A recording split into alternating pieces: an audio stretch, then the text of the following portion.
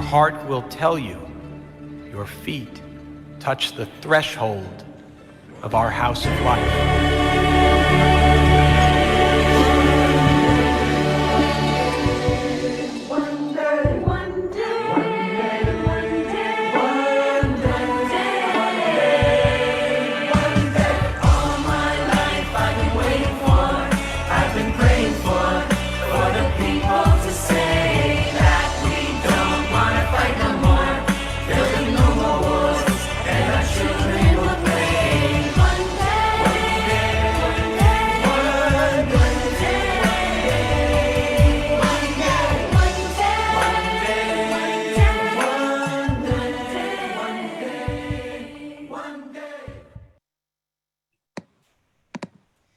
Hi, everyone, and welcome to Israel Therapy. I'm Jodi Rudoren, editor-in-chief of The Forward, and I'm thrilled to be talking to you today, not from my basement in Montclair, where I usually do this, but from The Forward's newsroom in downtown Manhattan. This over my shoulder is Ab Kahan, the founding editor of The Forward, and we are just absolutely thrilled to be here in partnership with the Streicker Center. I love that inspiring video. The Streicker Center is really the premier Jewish events host in our country, in our city, and has been doing amazing virtual events. And we're just so excited to be in partnership with them and with Libby Lenkinski, our chief Israel therapist, and to bring you this program. As some of you know, this is one of 3 Israel therapy events that we're doing this summer. Some of you were with us last month. We had some technical issues, so we love it if you've come back. Things are working much more smoothly today. You are welcome. This is also being broadcast live on both the Forwards and the Streicker Center's Facebook pages, and we would be thrilled if you'd share that link. Somebody's going to put it in the chat. If not, I will in a minute. And you could share that with any of your followers on Facebook or Twitter. I want to tell you just a little bit about Israel Therapy and how it might be different from some of the events you've attended in the past. This is not a panel discussion. This is not a debate about policy. This is a sort of mock therapy session, and I would sort of put therapy in quotes, really about kind of how we're all grappling with the issues that come up emotionally around Israel. And today we're going to be talking about Israel and the Palestinians, Israel and the occupation. Last month we talked about religion and state, and next month we're going to be talking about the U.S.-Israel relationship. So we hope you'll join us for that as well. So what's going to happen is Libby, who has been basically fielding people's questions about Israel for many, many years. She's the daughter of an Israeli. She made Aliyah and lived in Israel for about 10 years. And she now lives in Brooklyn, although she's in Israel right now visiting and works for the New Israel Fund. People are constantly asking her, what do I do about this? How do I think about that? And so she came up with this brilliant idea that what America really needed, American Jews really needed, is a place to kind of work out their issues around Israel and not necessarily decide how to vote on something or where to give their money, but really how to feel about things and how to struggle through some of the complexities. So what we're going to do today is Libby and I have invited 2 really wonderful friends of both us and the Jewish people who have so much experience with Israel. We have with us today Rabbi Amichai Lau-Lavie, who grew up in Israel, is the son and brother of chief rabbis of Israel, and now runs the Lab Shul in Manhattan. And he is joining us from a remote beach north of Netanya that he doesn't want to name because it is not overcrowded yet. And then we also have Mishy Harman of Israel Story, the leading Jewish podcast in the world, an incredible narrative series of deep stories about Israel. If you haven't listened, please start. Mishy will post in the chat a link to how you can follow Israel Story. And he is dialing in from a remote something in Italy. I'm not sure exactly where. And as I said, Libby is in Tel Aviv. So we've got people from all over the world. And I see in the chat, we've got people from all over the world attending, which is so exciting. I'm gonna make just one more tachlis note before we dive in, or maybe 2 more. As I said, this is a therapy session. Libby is gonna share with us two dilemmas from patients. These patients are actually fictional. They're composites based on years of questions that Libby has gotten put together to kind of create a character. as opposed to individuals. And then the four of us are going to talk through the dilemmas and share kind of some reflections on them. We will not be taking direct questions from the audience as we might have in a regular panel discussion. We are going to leave the chat open for you to share your own reflections or experiences with each other as well as with us. So again, I'm going to remind you, because I'm seeing a lot of people who are chatting just to panelists, please make your setting to panelists and attendees if you want to share thoughts.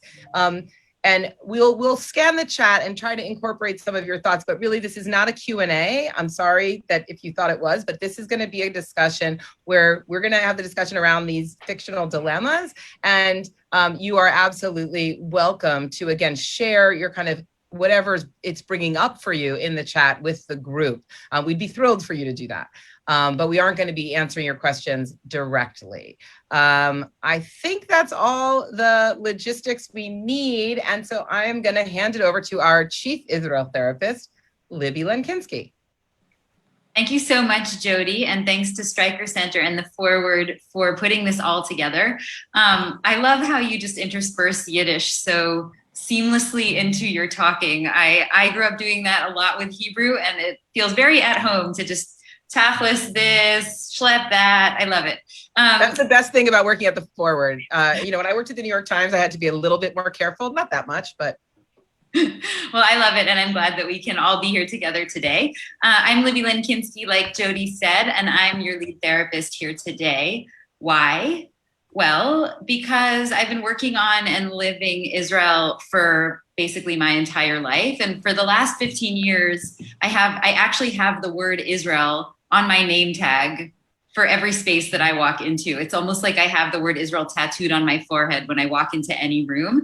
And whether it's a technology conference in California, or a convening of Jewish summer camp educators, or a meeting of the Brooklyn City Council politics, whatever it is, I'm the Israel person in the room. And that means that people like to talk to me about their issues and their anxieties. And over the years, I've developed lots of relationships with lots of different patients, probably including some of you, about just various things that people have experienced that are causing anxiety or depression or mania and ecstasy. But there's a lot of feelings about this issue, as many of you know, I think especially the one that we're here to talk about today. And, in order to best address some of my patients' issues, I've made friends with a lot of other people who themselves are Israel therapists, including my two very dear friend guests, and of course, Jodi, who is as bureau chief of the New York Times in Jerusalem and as the editor-in-chief of The Forward, gets a lot of this herself.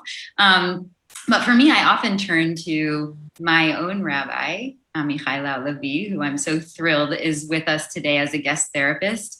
I personally turn to Amichai for my own spiritual guidance and help on all things, including Israel. And Lab Shul has been a spiritual, political, and partying kind of a home for me in New York City. And Amichai first introduced me to the kind of concept of both and. The idea that multiple things can be true all at the same time, and it's our job to hold those multiple truths. And so he was absolutely the right person to help me today in addressing some of the issues that our patients our pretend patients are posing to us. And also our dear friend Mishy Harman, as Jodi said, Mishy founded Israel Story podcast, of which I am a crazy super fan since season 1 in Hebrew, and then Bichlal, when they went to English, it was like, it's the podcast for me. And I thought that it was kind of only for me. And then I learned that there are actually hundreds and thousands and millions of people all over the world who are super fans just like me. Mishy has a great gift of telling stories about complexity that are about all the beauty that exists here in this place, and also some of the harder stuff and the warts and all. And that is why Israel Story is such a dear and treasured resource to so many of us. And so with that, I am going to bring us into our two patients. And like Jodi said, these are composites, but they are entirely based on real conversations that I have had with people, including some of the people on this call. I believe that Jodi, Mishy, and Amichai have also had conversations with people that are bringing almost exactly, if not exactly, these kinds of questions in. So with that, I'm going to bring us into discussing our first patient. And I will say, as Jodi mentioned, that the sort of theme of today is the question of how do I square my Jewish values of social justice and Israel's ongoing occupation of the West Bank. And this is a really tough one for all of us. And I think we're not expecting to have answers. We're not expecting to have the solution or the cure, but we do want to name some of the feelings, put some of the dilemmas on the table, and hopefully those will resonate also with you. So with that, I'm reading my first letter. This is from Ariel. Dear Libby, I'm in my senior year of college. I go to a liberal arts school in California, and I'm very active on campus on all kinds of issues. In general, my school is very progressive, both in the academic studies and in extracurricular stuff and activism on campus. I was part of a group that got together a couple of years ago, mostly of anthropology majors like me, to push for official campus events to acknowledge when they are on Native American lands. We marched for Black Lives Matter and did a review of class syllabi to make sure professors were centering the right voices. I think a lot of people at my school think of me as white, and I am in some ways, but I'm not white. My grandparents survived the Holocaust and moved to the US with $2 in their pockets. They worked really hard to build a better life, traumatized the whole time. My mother remembers her dad waking up from nightmares when she was a little girl. I remember asking my Zaidi when I was a little kid if I should fast for Yom Kippur, and he told me he fasted for 4 years, and that was enough starving for our whole family forever. Last month, during the crisis between Israel and Gaza, some students of color, including a few Palestinian American kids, there aren't many at my school, just a few, organized a demonstration. I was against what was going on too. It tears me apart to see Gazan children or any children killed at war. That's awful and totally against my values. So first of all, one of the signs had the word Zionism next to a swastika. And second of all, some people I know from Hillel decided to organize a counter-protest. So they were standing there with Israeli flags and a poster that said Hamas equals terrorists and stand with Israel. And I was literally standing in between. Usually when we talk about whiteness in the context of Indigenous rights or Black Lives Matter, I tell the story of my grandparents as a way of connecting. Like, I understand oppression, even though my family isn't facing it in the same way right now. But at that moment, standing between these two protests, I kind of wished I had never mentioned it. I wished I could be more anonymous because any step in any direction felt like giving up something really important to me. This would be so much easier if Israel wasn't oppressing Palestinians so much for so long. But that's where we are, and I just can't turn away. What should I do? Am I a sellout for wanting to have it all? Thanks, Ariel, Campus Chaos. So that's a heavy one. Let's get into a discussion about it. I'm going to say a few things that I hear, and then I'm going to turn to my guest therapists, Jodi, Amichai, and Mishy. So I hear, Ariel, I hear polarization and I hear confusion around that polarization. I feel that she's carrying the burden of having to pick a side. And the truth is, I hear this a lot about college campuses from students, from academics and faculty, from Hillel directors. So that's one thing that I'm hearing, that she's sort of like carrying the weight of having to choose a side. And I hear the difficulty that she's facing. It's a difficulty that I can relate to and have experienced myself, about like holding human dignity and basic rights as like core values that are unwavering, and not wanting and not being able to make an exception when it comes to Israel, but also not being willing to throw out the baby with the bathwater and trying to figure out how to circle that square. So Jodi, I want to turn to you first and ask you, what do you hear in Ariel's letter? Do you relate to some parts of it, the ones that I talked about, or some different parts? What do you think is going on here for this person? Yeah, I mean, I really agree that I just know so many young people who on campuses who are feeling caught between really two core parts of their identity. And I think what Ariel says, and I think what's true for a lot of people, is it's not even two core like disparate parts. It's actually their Jewish identity is both about whatever it is that drew her to protect tribal lands and about a connection to Israel, and so they feel really like so squeezed by the way other people define those issues and those identities. And I guess what I was thinking a lot about, like, what would I tell Ariel if I really was her therapist? And I guess what I wanted to say is, like, for me, what my reaction is just it's very much about who I am, which is a journalist and someone who doesn't stand in protests. But I think that the reality is that, like, protests are simplistic. Protest signs. She talked about the signs and what one of the signs said and how that hit her. It's like when you try to sum up either an identity or a policy position or a feeling about a complicated issue on a sign, it's reductive. And that maybe the solution is to kind of a little bit get out of the fray and to sort of say, because that shouting that we're doing, and it's funny because we saw this so much on Instagram during the Israel-Gaza escalation, right? Everything was reduced to this simplistic infographic. And I think what I would really say to Ariel as, like, a young person thinking about who she's going to be in the world, like both like how her values are going to get squared up, but also I imagine she's thinking about, like, what do I grow up? Like, how do I want to live? And I think that sometimes the answer is to not be so much the activist and the spokesman and the person, like, shouting the slogans, but to be the person who's more like sitting in community, like talking through things in a more complicated way. And, like, whether that's being a journalist or being a teacher or being, someone who's kind of convening conversation or participating in conversation, as opposed to this sort of like, you got to pick a side, you got to have a sign, you got to wear your slogan on your button. I feel like that is really hard about anything complicated, and Israel is complicated. Amichai, what about you? Do you think that Ariel is being crazy and wanting too much for thinking that she can have it all? Yes, but I don't think she's the only one.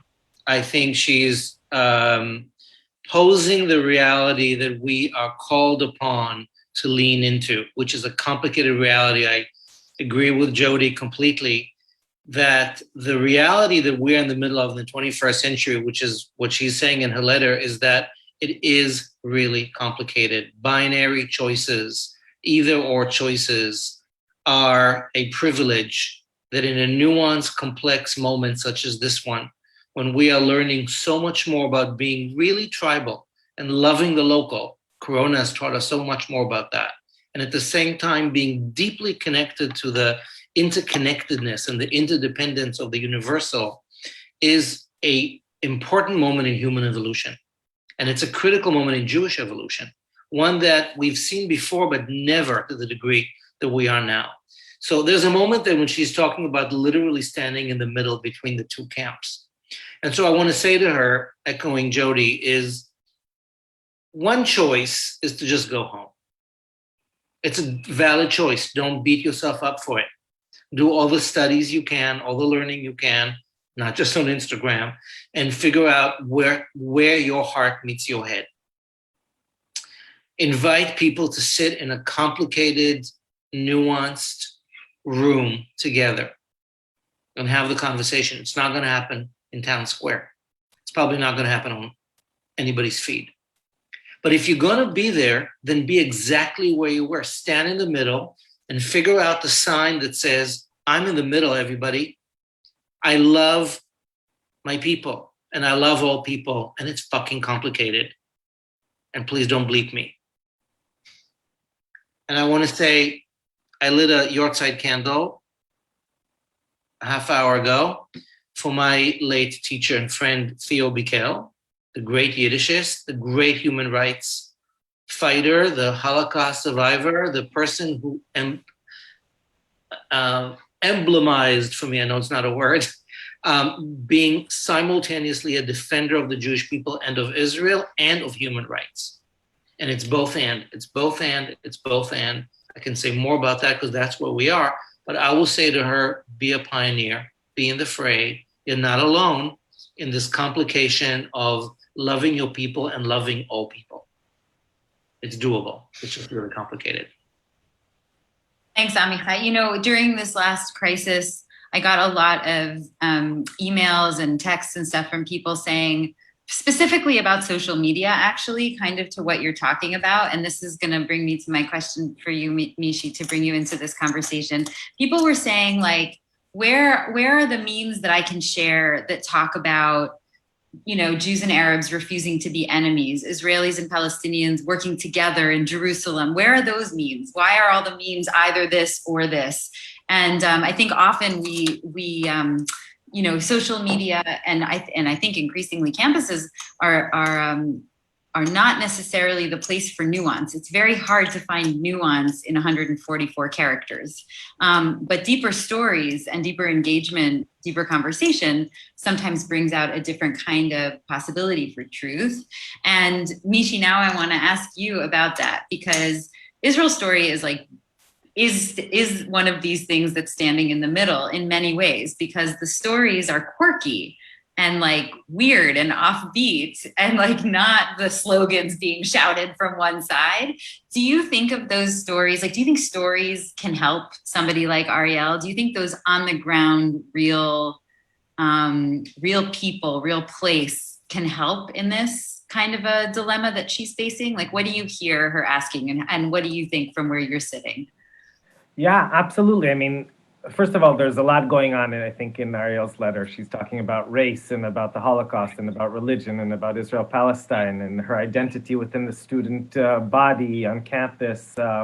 So many issues to unpack and to tackle here. But I agree with Amichai and with Jodi that standing in between actually sounds like a pretty good place to be. And I don't think that she really has to give up anything by making a step in either direction. I mean, as has been said now, life is complicated, and we're able to support and reject and embrace and push away all at the same time. It's an ability that we have as human beings, and taking a step towards the Hillel crowd doesn't mean that Ariel is happy about children dying in Gaza, and frankly almost no one is happy about that, or at least no one normal. And taking a step towards the pro-Palestinian demonstration doesn't mean that she agrees with their claim that Zionism is akin to Nazism, which is also a pretty preposterous statement to make. So, the part of the problem that I think Ariel's facing is that arguments, and especially on college campuses, are designed in such a way that you're sort of either all in or all out, right? And you're with us or you're against us. But she can choose to reject that sort of false dichotomy and hold on to a complicated view that takes parts of the arguments on both sides and decide what her own parameters are without sort of having to join these pre-existing camps. And as to the question about stories, of course stories can help, because what a story does is that it turns the kind of two-dimensional issue that Jodi was talking about, the sort of slogan on the sign, or the newspaper headline, or the tweet, or the meme, or whatever, into a real person, and that's true on all sides. And it's really easy for us to hate and to feel enraged and to come out with all these kind of simplistic slogans when we don't really consider people, and by people I mean all people on all sides as people. And stories make you see things through other people's eyes in a way that arguments and theses just don't. Yeah, I mean, I think I'm going to bring in my own thing here for a second, just because one of the things that I really also hear in Ariel's letter, and that I really talk about a lot with people, is I come from an activist place myself personally. So over the years, when the going has gotten tough, I've been one of those people that's all in, which doesn't mean that I've picked a side at a college campus in California, because that's two sides in California about something that's happening thousands of miles away. And one of the things that I think what we all four share, and that I think can be helpful, is to look for and find people on the ground who are in that middle space. So for me, one of the when I felt and learned for the first time about human rights violations happening here and about Palestinian calls for justice, I wanted to be supportive of that. And like Ariel, I wanted to have it all. I didn't want to then reject my Israeliness or not care about Israel or Israelis anymore. That's not possible for me. That's in my DNA and my blood. And so people like you, Mishy, and people on the ground who are saying something different, who are holding the both and, became very valuable resources for me also to step out of the fray of like these Spitfires many, many thousands of miles away. And Israel's story, I mean, this is not like a big, this whole thing is not supposed to be a plug for Israel's story, but it is a connection to on the ground, to a reminder that it's real people, real place. There's people who are living there and doing things. And so that, I wonder if that can be helpful to Ariel also, like to not step out of the fray and not care about the issues anymore, but maybe take a step a few thousand miles away to what's happening actually on the ground and what people on the ground are saying. What do you think about that aspect? I'm asking all of you. No, I mean, I think that's really great. I think, way too many people talking about Israel and the Palestinians are talking about it from a kind of a remote idea that someone else formed for them rather than from direct experience with actual Israelis and Palestinians. I want to just say, I know someone posted there's some really great conversation happening in the chat that I think is very on point and is like really helping make this event great. And there's some stuff that's very much not doing that. And I know somebody posted in the chat that there's some comments that are feeling very undermining. I think if we can try to avoid like, really, this is wrong, this is right, and focus on what it's bringing up for you or what your own kind of reflections are, that would be the most like therapeutic approach. And just again, a reminder, we're really not going to answer direct questions about like facts or whatever. And a third reminder, panelists and attendees, because the conversation is a little bit staccato. Some people are missing out because they're only texting to panelists. I also just really want to, while I have the mic, just pick up on something that what that Amichai say, and I think Mark Braverman posted in the chat, because I loved what Amichai said about standing in the middle, and I saw that Mark posted like standing in the middle sounds like sitting on the fence, which is like doing nothing. And I guess I just really want to push back on that, because like I love the idea of embracing the middle, holding the middle, like how big can the middle be? And it's really interesting to me, for a long time, this has changed somewhat, but for a very long time, the vast majority of Israeli Jews and the vast majority of Americans described themselves as centrists politically. In Israel, every politician describes themselves as either center left or center right, or center. And that middle used to be a place that everybody wanted to be. And I feel like, to me, that makes a lot of intellectual sense. Like, of course, like being in the middle, like that's like a place of compromise, a place where you work shit out, like a place where everybody has some access to. That feels like it used to be a very attractive place. And I don't think it's the same as sitting on the fence. I think it's about like holding the middle. And I also just want to say that I find in this discussion and in kind of every discussion about Israel, something that really surprises me, which is that again, this concept of the middle, this idea of you have to take a side. It's like, I don't see these very same people, whether it's Ariel or the people in our chat or politicians, saying that about other things. I feel like on everything else, people are like, let's think about like the multiple sides and the complexity. And, we have this, I noticed in the beginning of the chat, a lot of people posted about, I'm dialing in from the tribal lands and some people had good knowledge of spellings and all that stuff.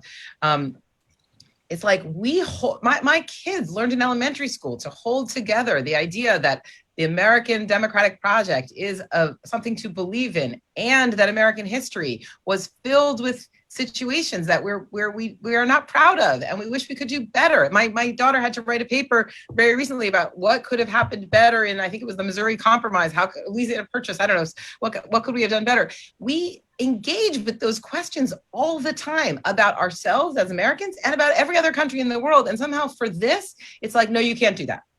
Don't go there. Don't go to the complexity or the difficult stuff. Just pick a side. And I find that I don't think we need to give up on the idea of the middle and of the complexity and the nuance. Yeah, I'll just jump in and say, I completely agree with Jodi. I politically am not at all in the middle. And this is not a plea for people not to have an opinion or to have some sort of vanilla opinion. But I once had a teacher who said that if you walk in the middle of the road, you get run over. But and probably there's some truth to that. But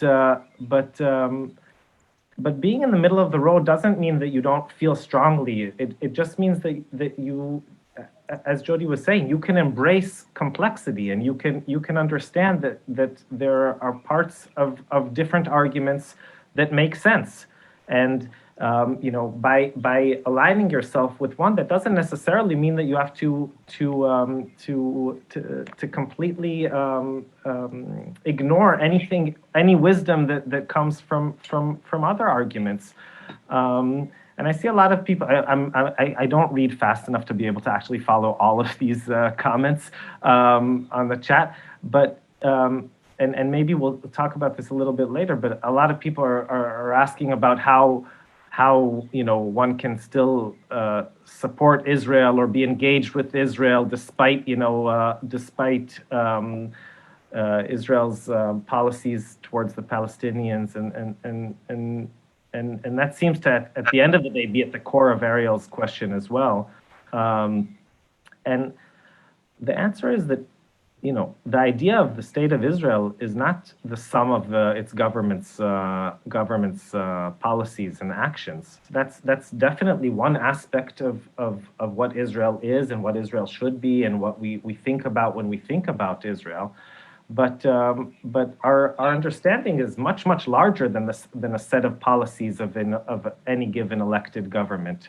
That is a part of what we think about when we think about the concept of Israel.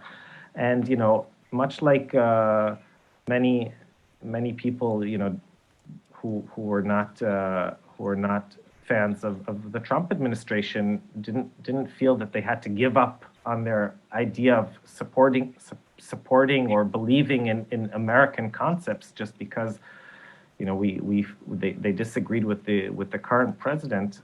I mean, the same goes here.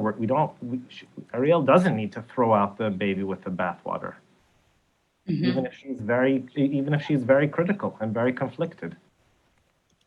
Right, just like you and I haven't, just like we haven't. And I agree with you that I want to say this to her also. And Amichai, I'm going to get some final thoughts from you, and then we're going to respond. We're going to help me figure out how to respond to Ariel, and then we'll move on to our next patient. But I think that what you said just now, Mishy, is so critical. It's so important to look for, if Ariel can be clear about her values of human rights or of equality, to look for Israelis and Palestinians that are clear about those values too, whether they are in government or whether they are in religious leadership or whether they are just selling falafel at the stand down the corner from where I'm staying, and be in contact with them, look for them because they do exist. And that feels in some way like being in the middle without being on the fence, as you were saying, Jodi, right? That's a way. Amichai, what else should we say back to Ariel? First, I want to say that the information Ariel and all of us are getting comes from the media. And with due respect to the media that's in this room, media sells headlines that are divisive, because a happy story is not going to be the headline. You want a lot of like black, white, yes, no drama. And that's how this and many other conflicts are being rolled out. So there are ways to look for nuance, and nuance is not a dirty word, as we heard here. And every good media story will take you deeper into complexity beyond the headlines. And it's not going to happen on the Instagram story, most likely. So yes, dig deeper. Number two, from a Jewish point of view, we are the heirs of a tradition of the Beit Midrash, of the house of study, where very, very deeply conflictual schools of thought met in the middle without compromising their values, but figuring out how to honor each other's opinion so we can sit around a table together and build society. And we need to deepen that, and ultra-Orthodox and ultra-Zionist, anti-Zionist isn't meeting in the middle and is not creating a table. There are plenty such tables off the radar and happening. I've been in Israel now for 6 weeks, and I'm privy amazed, many of them, Palestinians, Israelis, locals, creating these safe conversations to meet in the middle. From a therapeutic point of view, Israel is a place and Palestine is a place, and Jews are people and Palestinians are people who are under the influence of PTSD. We're in the middle of trauma. It isn't over. And when you're dealing with trauma, empathy is critical. And as Edward said, yes, this is a story of victims victimizing victims. So to understand in the middle is to undo what Trump did by saying there are fine people on both sides, and understanding that there are narratives on both sides. There are traumas on both sides, and there's a common dream to coexist. And that's what we got to lean into. And that's not weak, and that isn't middle, and that isn't whitewashing it, and that isn't on the fence. That's finding a place to have empathy and to grow from it towards a shared solution. That's the only way. Thank you so much. And just, I'll say one quick thing about the point that you made, Amichai, about the media, because we're here with Jodi. And I remember when Jodi, when you first came, one of the first things that I read of yours from on the ground was a profile of a human rights lawyer, Michal Spard, who's a close friend. And I thought it was beautifully written and beautifully researched, but I also was so thrilled about that piece because there's just this simple thing of people, and especially, New York Times readers, knowing that there are Israeli lawyers defending Palestinians in the court of law in this country. Just that fact. Like, how different is that from the things that are normally in the headlines in the media? It's not a happy story, as you were saying, Amichai, but it's a complex story. It's a story with nuance. And I remember being really blown away by that and sharing it with like everybody in the world that I knew, just for the fact of like, this exists. Israelis are real people, and they're doing all sorts of different things, including defending Palestinians in the court of law and Palestinian villages and things like that. So with that, it's a great setup for our next letter, because it's really what our next letter is kind of about in a way. Yeah, so I'm going to move us to our next letter. I want to wrap up what we're going to say back to Ariel. I think what we want to say to her, and you'll correct me if I'm wrong, everyone. It seems to me that what we want to say to her is absolutely, you're not crazy for wanting to have it all.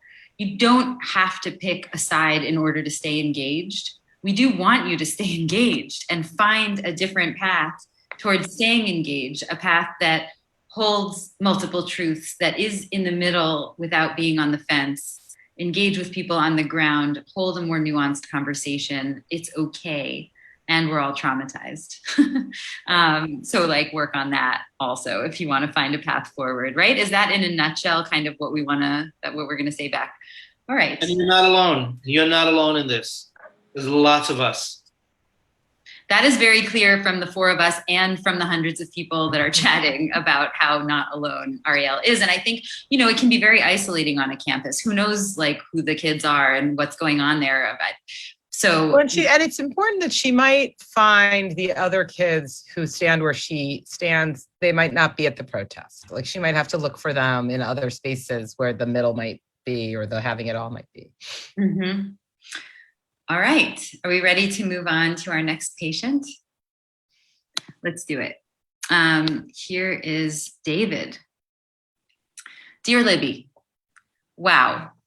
I just got back to my apartment in Jerusalem and my head is spinning. I'm a modern Orthodox rabbi, and I've been to Israel a million times over the years. I'm very active in Zionist organizations in the US, and I gave up my pulpit for more advocacy-oriented professional work years ago. My son Jonah is studying at the Gush Yeshiva this year, and I came over to visit him.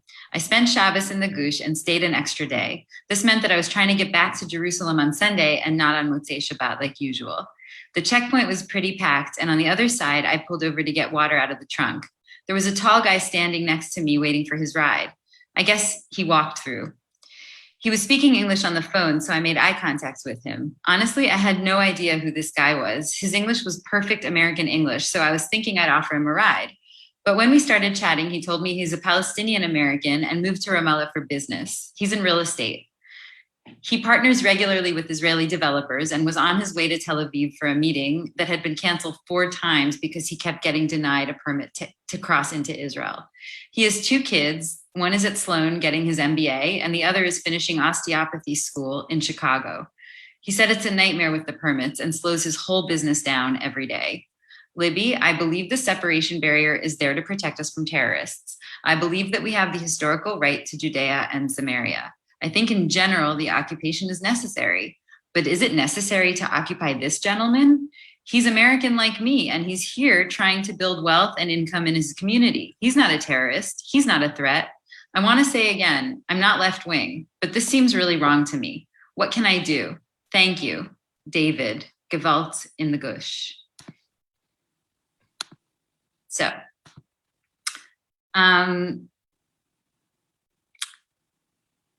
I am going to pull out a few things that I hear in this letter, and then we're going to talk about it.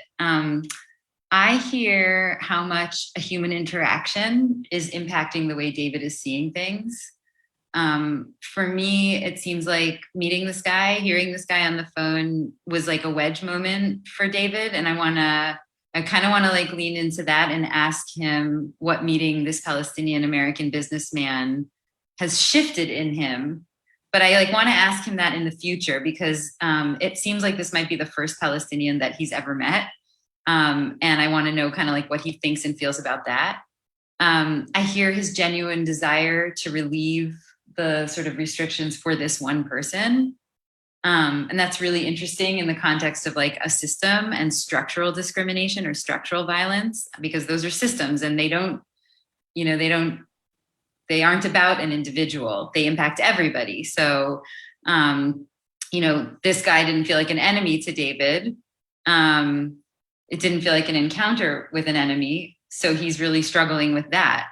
And this also reminds me of a story that I read by Michael Chabon that starts, "The tallest man in Ramallah wants to show me his cage," where a Palestinian living in Ramallah shows Michael Chabon like all the hundreds of permits that he needs just to go to a business meeting, and the impact that that had on the writer.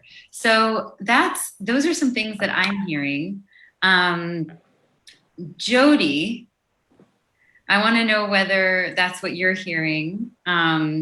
And did you have this kind of experience also like crossing over and things like that while you were bureau chief? And did it create he's like in a cognitive dissonance right now. And I'm wondering about like your own cognitive dissonance and can you relate to that? Yeah. I think this is such an important letter because I think this is just true of so many American Jews and activists around this issue, and readers of the New York Times and the Forward who have such very clear ideas about everything that they think, but they are based on really simplistic caricatures of the people who are actually living there. And it applies to not just the Palestinians who need to cross and are perceived to be terrorists, but also the soldiers who man those checkpoints, the settlers who live in Gush Etzion. And one of the, Amichai's criticism of the media notwithstanding, but one of the ways I really characterized my mission when I was there was to just dimensionalize the players in the conflict. There's so much news out of this place that there are these, I've typed these lines like, Palestinian prisoners or whatever. And we just, in every news story, there are references to these characters, the people who throw stones, the people who are martyrs, whatever. And so I took as my mission to kind of create fuller senses of who these characters were: settlers, Palestinian stone throwers. And the reaction was not great, really. I remember particularly, I did a very long piece about a kid who throws stones from a village actually in the Gush, probably close to this checkpoint. And people did not want to understand the full story of this kid. They wanted the cartoon that they had in their head because he was easier to dismiss. And similarly, during the very awful period in 2014 that began with the kidnapping, murder of 3 Israeli yeshiva boys in the West Bank and continued to the kidnapping and murder of a Palestinian teenager and led to that horrible war between Israel and Gaza, I did a story about one of the mothers of the 3 boys and also a Palestinian mother whose son was killed in a protest afterwards. And people did not like that either. They did not want to know these 2 mothers and empathize with them. They wanted so I should stop going on and on about my stories. I'm sorry, but I think that the reality is so this is a conflict that involves, yes, 2 ideologies and 2 narratives, but also thousands and millions of people, right? So it is totally, but what do we say to David? Look, it's okay to believe it is objective fact. The security barrier has made Israelis safer. The radical reduction in terror attacks is a real thing. It's measurable. And it is a little hard to imagine, if you live through the second Intifada and you are traumatized by it, it is no surprise that you believe the security barrier is a good thing. But how is the security barrier lived and implemented? What is the experience of going through the checkpoint like? Are Israeli soldiers treating the people who walk through as human beings, presuming that they might be an American-Palestinian businessman, or presuming that, all of them are terrorists? How could we make if there needs to be a barrier, how could we make this thing more human? And the other thing, I guess, that is just, is just feels so obvious, the lesson here, which is, right, go.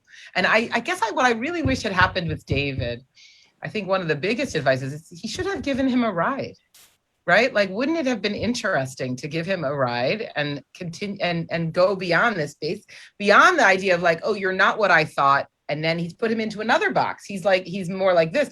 Let's get into it. What isn't he? Give him a ride, and see what he says. See who he is. Thanks, Jodi. Mishy, what can and can't you relate to about this encounter that David has had? Because you live in Jerusalem and you must have these kinds of interactions all the time, and also see others having them. So what happens in those? What are your cognitive dissonances, and how do you see that playing out? So, I personally don't share David's view that the occupation is necessary. In fact, quite the opposite. So it's a little hard for me to relate only to the movement restrictions that this gentleman that David encountered has, without considering sort of the larger context. But having said that, I'm very glad that David had the opportunity to have this kind of interaction, which was clearly a surprising interaction for him, and clearly challenged his long-held views and opened his eyes to other narratives. And good for him for being open to that. And that's not an easy thing. After living your entire life thinking one thing, to be open to hearing something that contradicts that.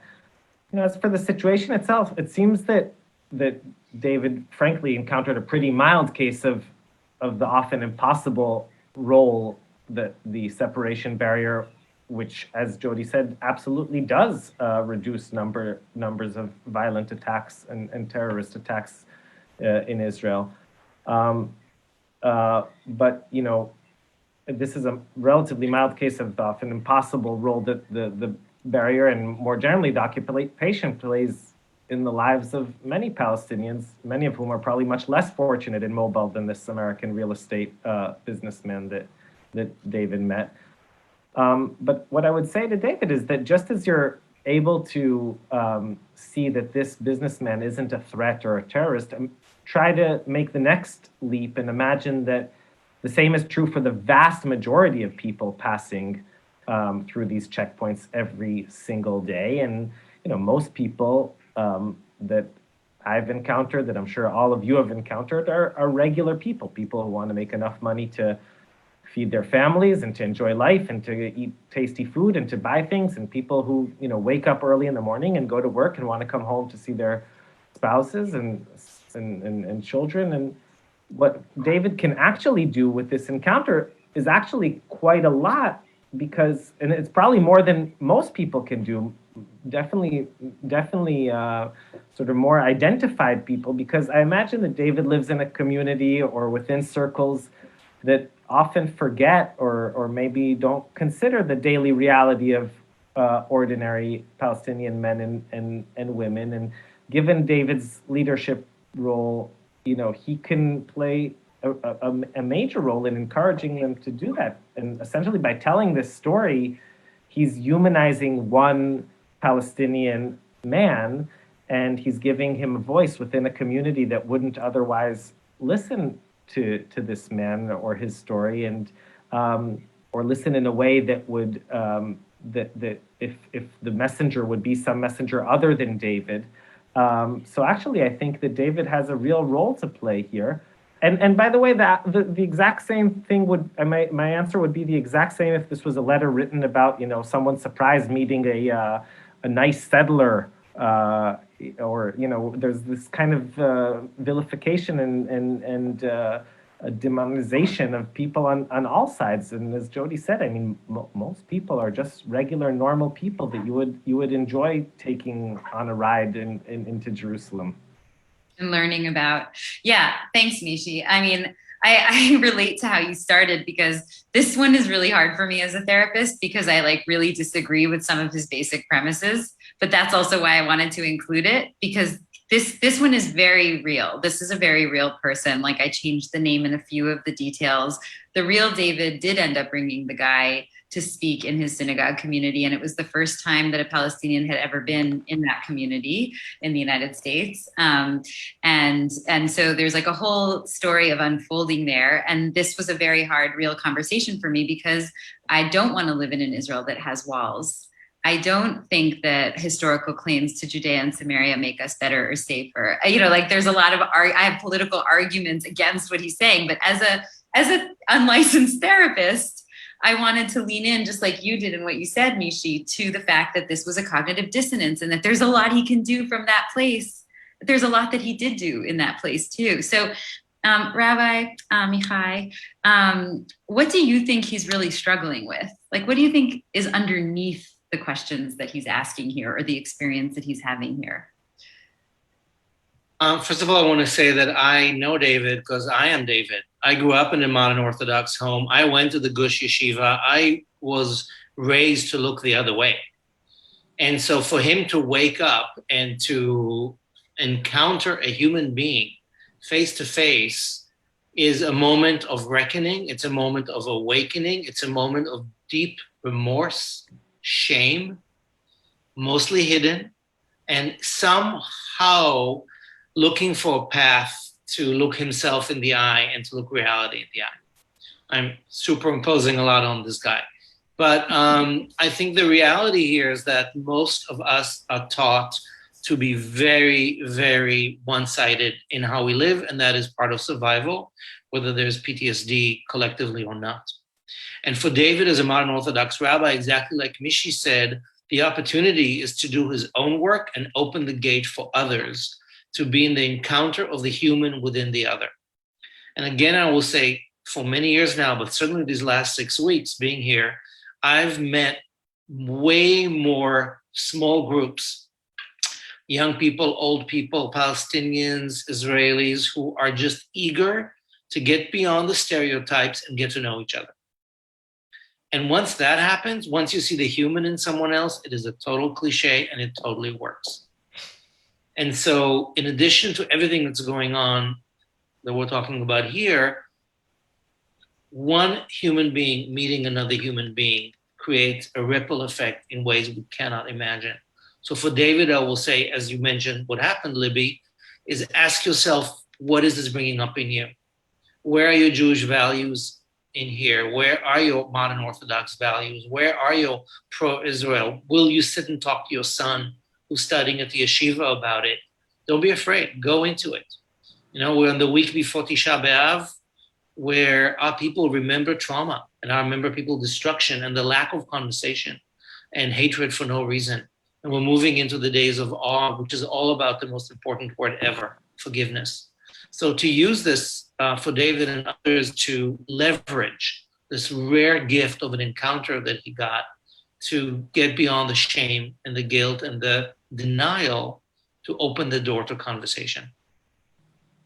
Thank you so much. And, I'm also seeing in the chat some questions about Palestinian voices. Why is this group of therapists only Jewish, etc.? And I just want to say, for my own growth, and I did not grow up modern Orthodox. I come from a secular kibbutznik, very left-wing family on both sides. And still, my biggest learning and growth moments about this issue have been in conversation with Palestinians. In college, when I was 19, I made friends with a young woman in a women's studies class, and we were walking home together. She presented herself as Lebanese Canadian, and she took out her keychain, and it was like a lanyard, and it said the word Intifada on it. And this was like 1997. And I froze. I went pale. It was as if somebody took out a lanyard that said the word Shoah on it. And I said, like, what the? And she said that was the freedom fight of my people. And I thought to myself, like, wait, hold on. Like, having been raised in a Jewish day school and Jewish summer camp, I learned about the Intifada as one thing. Here's a young Palestinian, Lebanese, Canadian woman talking about it in words I would never, like, it was off my radar completely. And that was one of the first times. But even more recently, I was speaking on a panel with a Palestinian speaker who said, the conflict has two sides. The conflict will be solved by leaders on both sides, but the occupation only has one side. And I think about some of these encounters, like even this one, David's encounter. I wonder if he had taken this guy on the ride, thinking that there are two sides, whether he would hear from that Palestinian American businessman a different perspective about that issue. And anyway, I think that we have a real opportunity to listen to Palestinian voices, especially now because they're being centered in the media in the United States, and we have more opportunity to hear directly from a pretty diverse set of Palestinians. For me, that's something I would encourage David to lean into. You don't have to agree, you don't have to endorse everything that you hear, but listening and learning from the other, from Palestinian perspectives, as well as the diversity of other Israeli voices and Jewish voices, is extremely important, I think. What do you think? How should we respond? What else should we say to David?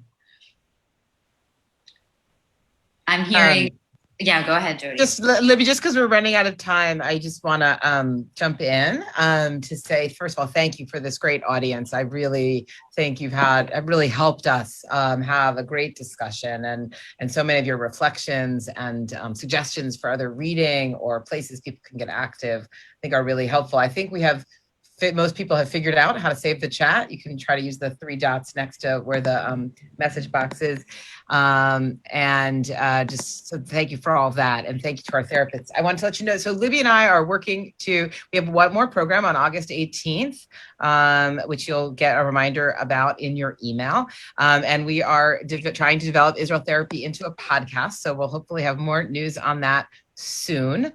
If you have specific questions, if you have a dilemma that you would like us to address in a future event, we have an email address, israeltherapy@forward.com, where you can send your personal dilemma for Libby to contemplate. I want to thank Mishy and Amichai for joining us and helping us to make this such a rounded conversation. And I was thinking about what Amichai was saying about the other. And I think, like, there are so many of us who I think have worked really hard in the last year and maybe 10 or more years to try to think about the other within Judaism, with American different kinds of Jews. Lately, to think about, people, white Jews have reached out to Black Jews, Jews of color, to other African Americans and other people of color in our community, to reach out to Asian Americans about the anti-Asian violence. And it's like, there is this is when there's other that is, the reason this is so hard is because it's about narrative and identity. But I think that David's dilemma really is the core dilemma, which is, how do we make sure that we continue to engage with people and as individuals, and to understand that this is an issue of humanity. So I really appreciate that. Libby, thank you for bringing us these incredible dilemmas, these questions, and for helping us sort through them, for bringing us Mishy and Amichai. I want to thank the Streicker Center, and particularly Jodi Rudoren, who heads it and helped us create this program, and Ari Weitz, who made the tech happen pretty seamlessly this time, and to Jake Wasserman of The Forward, who's gotten it onto Facebook. I hope everybody has a great Wednesday and a reflective Tisha B'Av, and may all your Zooms be as engaging as this one. Thank you, Jodi. Thank you, Amichai. Thank you, Mishy. Thanks to the audience. Bye-bye. Toda. Bye.